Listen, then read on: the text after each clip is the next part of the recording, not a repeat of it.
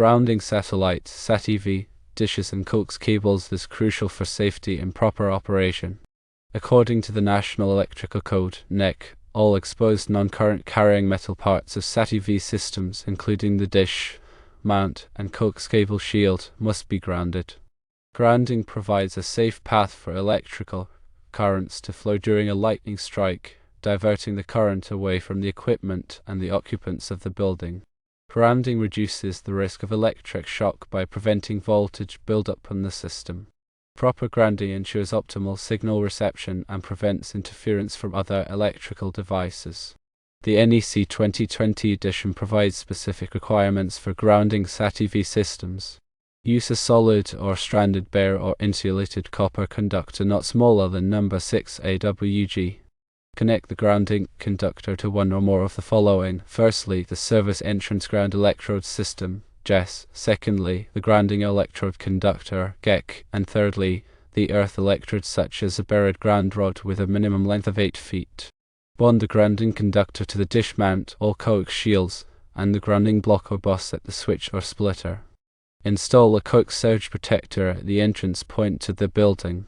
Ensure that the grounding conductor follows a straight path to the grounding electrode without any sharp bends or loops.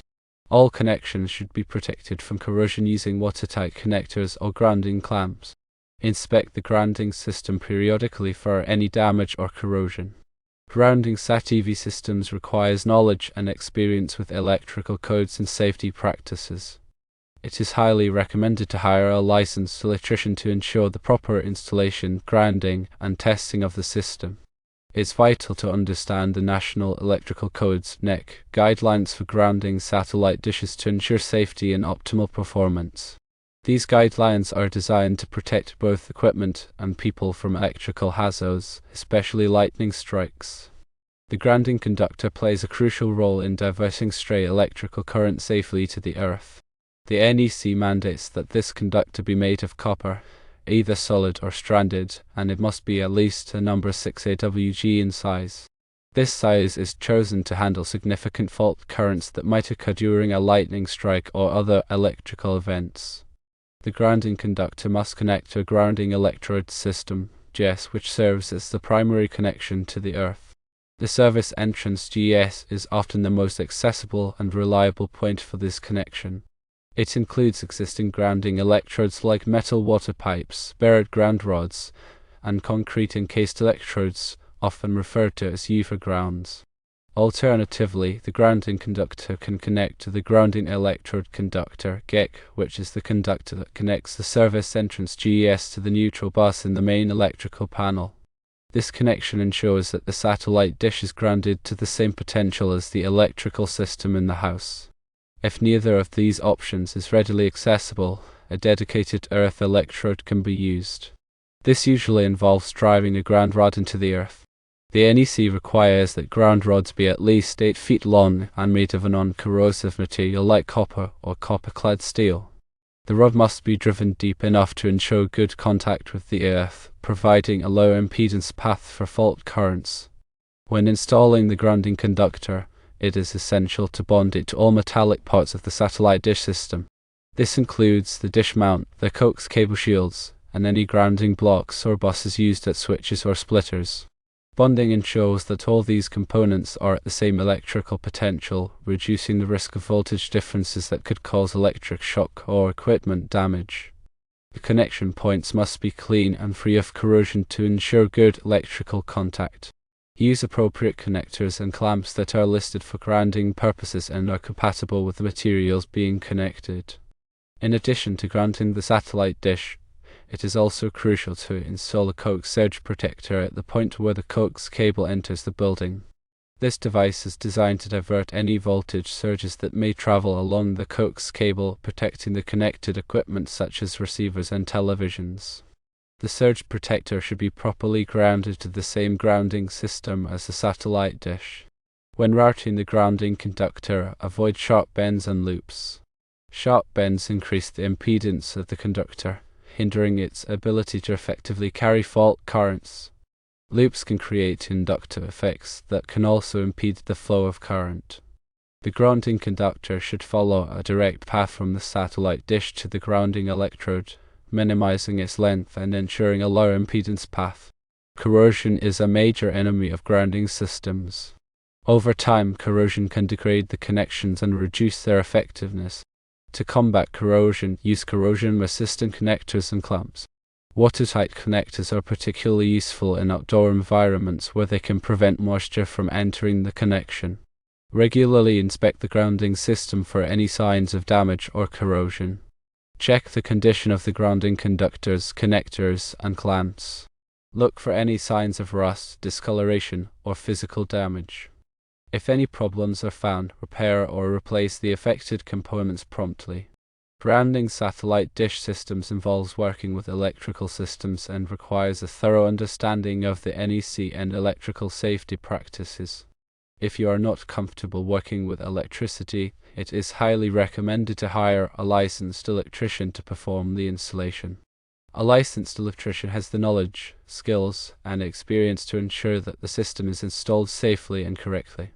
They can also perform tests to verify the integrity of the grounding system and ensure that it meets all applicable codes and standards. In summary, grounding satellite dishes is a critical safety measure that should not be overlooked. By following the NEC guidelines and using proper grounding techniques, you can protect your equipment, your home, and your family from electrical hazards. Always remember that electrical work can be dangerous, and it is best left to qualified professionals when in doubt. Remember, firstly, use a number 6 AWG copper conductor. Secondly, connect to the service GES, GEC, or an 8-foot ground rod. Thirdly, bond all metallic parts. Fourthly, install a coax surge protector. Fifthly, avoid sharp bends and loops. Sixthly, use corrosion-resistant hardware. Seventhly, inspect the system regularly. And eighthly, hire a licensed electrician if needed. The National Electrical Code, NEC, outlines specific requirements for grounding satellite dish systems to ensure safety and prevent electrical hazards. Proper grounding provides a low impedance path for fault currents, diverting them away from sensitive equipment and reducing the risk of electric shock. The grounding conductor is the backbone of the grounding system, and the NEC specifies that it must be made of copper, either solid or stranded, and no smaller than a number 6 AWG. Copper is chosen for its excellent conductivity and corrosion resistance. The size of the conductor is critical to handle the potential fault currents that may occur during a lightning strike or other electrical events. The grounding conductor must connect to a grounding electrode system, GES, which provides the ultimate connection to the earth. The NEC recognizes several types of grounding electrodes, including metal water pipes, buried ground rods, and concrete-encased electrodes. Metal water pipes, if available, can serve as an effective grounding electrode. However, the pipe must be in direct contact with the earth for at least 10 feet to be considered a valid electrode. In addition, the pipe must be electrically continuous and free of any insulating sections. Buried ground rods are a common choice for grounding electrodes. The NEC requires that ground rods be at least 8 feet long and made of a non-corrosive material such as copper or copper-clad steel. The rod must be driven vertically into the earth until at least 8 feet of its length is in contact with the soil. In areas with rocky soil, the rod may be buried horizontally in a trench that is at least 30 inches deep. Concrete-encased electrodes, also known as UFA grounds, are another effective grounding option. These electrodes consist of at least 20 feet of bare copper conductor, number 4 AWG or larger, encased in concrete. The concrete must be in direct contact with the earth, such as in a building foundation or footing. The grounding electrode conductor GEC connects the grounding electrode system to the neutral bus in the main electrical panel. This connection ensures that the satellite dish is grounded to the same potential as the electrical system in the house. The size of the GEC is determined by the size of the service entrance conductors, as specified in NEC Table 250.66. In addition to connecting the grounding conductor to the grounding electrode system, it is also essential to bond all metallic parts of the satellite dish system together. This includes the dish mount, the coax cable shields, and any grounding blocks or buses used as switches or splitters. Bonding ensures that all these components are the same electrical potential, reducing the risk of voltage differences that could cause electric shock or equipment damage. The connection points must be clean and free of corrosion to ensure good electrical contact.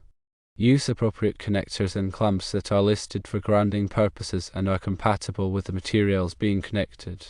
A coax surge protector should be installed at the point where the coax cable enters the building. This device is designed to divert any voltage surges that may travel along the coax cable, protecting the connected equipment such as receivers and televisions. The surge protector should be properly grounded to the same grounding system as the satellite dish. When routing the grounding conductor, avoid sharp bends and loops. Sharp bends increase the impedance of the conductor, hindering its ability to effectively carry fault currents. Loops can create inductive effects that can also impede the flow of current. The grounding conductor should follow a direct path from the satellite dish to the grounding electrode, minimizing its length and ensuring a lower impedance path. Corrosion is a major enemy of grounding systems. Over time, corrosion can degrade the connections and reduce their effectiveness. To combat corrosion, use corrosion-resistant connectors and clamps. Watertight connectors are particularly useful in outdoor environments where they can prevent moisture from entering the connection. Regularly inspect the grounding system for any signs of damage or corrosion. Check the condition of the grounding conductors, connectors, and clamps. Look for any signs of rust, discoloration, or physical damage. If any problems are found, repair or replace the affected components promptly. Grounding satellite dish systems involves working with electrical systems and requires a thorough understanding of the NEC and electrical safety practices. If you are not comfortable working with electricity, it is highly recommended to hire a licensed electrician to perform the installation. A licensed electrician has the knowledge, skills, and experience to ensure that the system is installed safely and correctly. They can also perform tests to verify the integrity of the grounding system and ensure that it meets all applicable codes and standards. In summary, grounding satellite dishes is a critical safety measure that should not be overlooked. By following the NEC guidelines and using proper grounding techniques, you can protect your equipment, your home, and your family from electrical hazards. Always remember that electrical work can be dangerous, and it is best left to qualified professionals when in doubt. The information provided here is for general guidance only and should not be considered a substitute for professional electrical advice. Always consult with a licensed electrician before performing any electrical work.